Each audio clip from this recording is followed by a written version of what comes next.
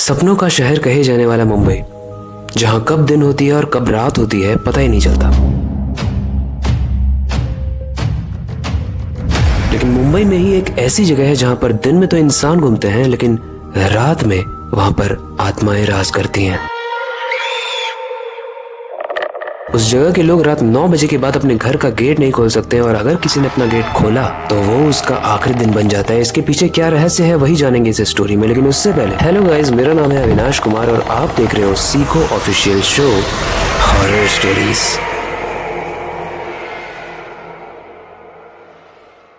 राहुल का कुछ दिन पहले ही ब्रेकअप हुआ था। उसे काफी लोनली फील हो रहा था, किसी चीज में मन नहीं लग रहा था। इसीलिए राहुल के दोस्त उसको एक दिन घूमने का प्लान बनाते हैं ताकि उसका मन बहल जाए। काफी प्लेसेस घूमते हैं, लेकिन फाइनली वो पहुंच जाते हैं मुंबई के संजय गांधी नेशनल पार्क में। और वहां पर उनके साथ जो खौफनाक चीज होने वाली थी वो उन्होंने सपने में भी नहीं सोचा होगा। नेशनल पार्क पहुंचते ही राहुल को काफी ज्यादा अच्छा लगता है। काफी दिन बाद उसके चेहरे पर स्माइल आई थी। उसे बहुत पीसफुल फील हो रहा था। वो नेचर की ब्यूटी में इतना खो गया था कि कब पूरा दिन बीत जाता है उन्हें पता भी नहीं चलता। राहुल के दोस्त उससे कहते हैं कि राहुल रात होने वाली है, चलो अब इतना देर तक रुकना सही नहीं है। लेकिन राहुल आसमान के सितारों को देखते हुए ये कहता है कि तुम लोग जाओ, सुबह ऑफिस भी है, मैं थोड़ा और देर रुकना चाहता हूँ यहाँ पे। क्योंकि राहुल को उस वक्त वहाँ पर बहुत अच्छा फील हो रहा था। काफी देर बैठने के बाद राहुल अब ये डिसाइड करता है कि रात के 11 बज गए हैं, अब घर की तरफ चलते हैं। वो बाइक पर बैठ के गाड़ी स्टार्ट करता है, अपने घर की तरफ जाने लगता है। तभी उसकी बाइक अचानक से खराब हो जाती है। गाइस, राहुल के चारों तरफ सिर्फ अंधेरा था। ऐसा कोई भी नहीं था जो उसकी हेल्प कर पाए, और आसमान में खूबसूरत से सितारे थे।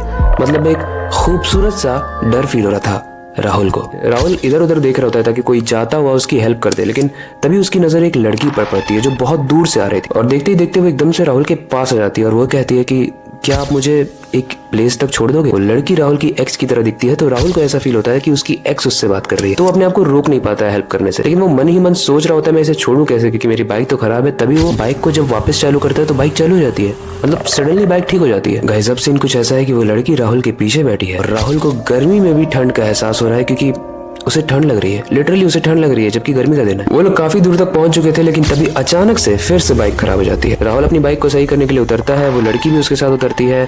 लड़की वहीं पे खड़ी रहती है राहुल को बाइक ठीक करता देखने के लिए। अब सीन कुछ ऐसा है कि राहुल जैसे अपनी बाइक को ठीक कर रहा है, उसकी नजर टायर पर पड़ती है और टायर से थोड़ी से राइट में वो लड़की भी खड़ी थी, उसी पर उसकी नजर पड़ती है। लेकिन राहुल देखता है कि उस लड़की के पैर मुड़े हुए हैं और काले हैं और बहुत भयानक हैं। ये देखकर उसको याद आ जाता है कि उसके दोस्तों ने उसे मना किया था देर रात तक रुकने के लिए, क्योंकि यहाँ पर किसी आत्मा का साया है जो लोगों को अपना शिकार बनाती है। बट राहुल को समझ ही नहीं आया कि अब क्या करना है, क्योंकि वो ऐसा दिखा भी नहीं सकता था कि वो समझ गया है कि वो आत्मा के सामने। राहुल की बाइक जैसे ही ठीक होती है वो बाइक पर बैठता है और फिर पीछे उसकी आत्मा बैठ जाती है। अब राहुल बहुत सहमा हुआ है। बाइक चल तो रही है, लेकिन उसकी दिल की धड़कन से ज्यादा तेज नहीं चल रही। राहुल अपनी बाइक के लेफ्ट वाले रियर मिरर में देखता है तो उस आत्मा का मुंह जैसे वो अपनी आंखों से देख रहा था वैसा नहीं था, बहुत डरावना था। उसकी एक आंख उसकी बॉडी से निकली हुई थी और मुंह पूरा जला हुआ था, बहुत डरावना फील हो रहा था। शीशे में उसकी पूरी बॉडी जलती हुई दिख रही थी, लेकिन जैसे ही राहुल डर के पीछे देखता है वो देखता है कि वही नॉर्मल खूबसूरत लड़की बैठी है जो उसकी एक्स की तरह दिखती है। राहुल को एक आइडिया आता है। वो अपनी बाइक को रोकता है, बाइक को खराब होने की एक्टिंग करता है,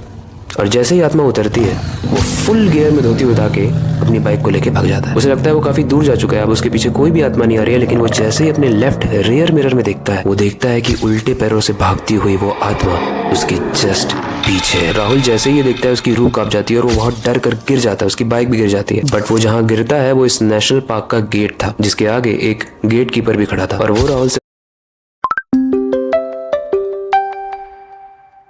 पूछता है तुम्हें चोट तो नहीं लगी? एक बात बताओ, इतनी रात में तुम यहाँ क्या कर रहे थे और तुम वहाँ से बच के कैसे बाहर निकले? क्योंकि रात में यहाँ रुकना मना भी है और आज तक जो रुका है वो बचा भी नहीं है। वो उस गेटमैन को अपने सारे इंसिडेंट बताता है और फिर गेटमैन बोलता है यहाँ पर एक लड़की ब्लैक मैजिक करती थी और अपने आप को सेक्रीफाइस कर दी ताकि वो इस दुनिया में हमेशा जिंदा रहे, और तब से वही लड़की लोगों का शिकार कर करके उनकी सोल्स को, उनकी आत्माओं को खाती है और जिंदा रहती है। तुम्हारा लक अच्छा था कि तुम बच गए, लेकिन हमेशा ऐसा नहीं होगा। एंड गाइस, यही होता है जो एरिया प्रोहिबिटेड होता है, जिस एरिया में जाना मना होता है, हमारा माइंड हमेशा हमको वही चीज करने के लिए कहता है जो चीज मना होती है। बट आई थिंक कई बार ये स्मार्टनेस नहीं होती है। वेल, इसके बारे में आपका क्या कहना है वो कमेंट में जरूर बताना। इस स्टोरी से रिलेटेड जो भी फीडबैक हो वो भी कमेंट में बताना। एंड नेक्स्ट एपिसोड के एक्साइटमेंट को दिखाते हुए कमेंट जरूर करना नेक्स्ट एपिसोड। बाकी अंत में जो मैं हमेशा कहता हूँ वही कहूंगा, अपनी क्यूरियोसिटी को डाई मत होने देना, नई चीजें सीखते रहना, अपने बेड के नीचे और खिड़की के बाहर जरूर देख लेना, कहीं वो आत्मा तो नहीं वेट कर रही। मिलते हैं अगली वीडियो में।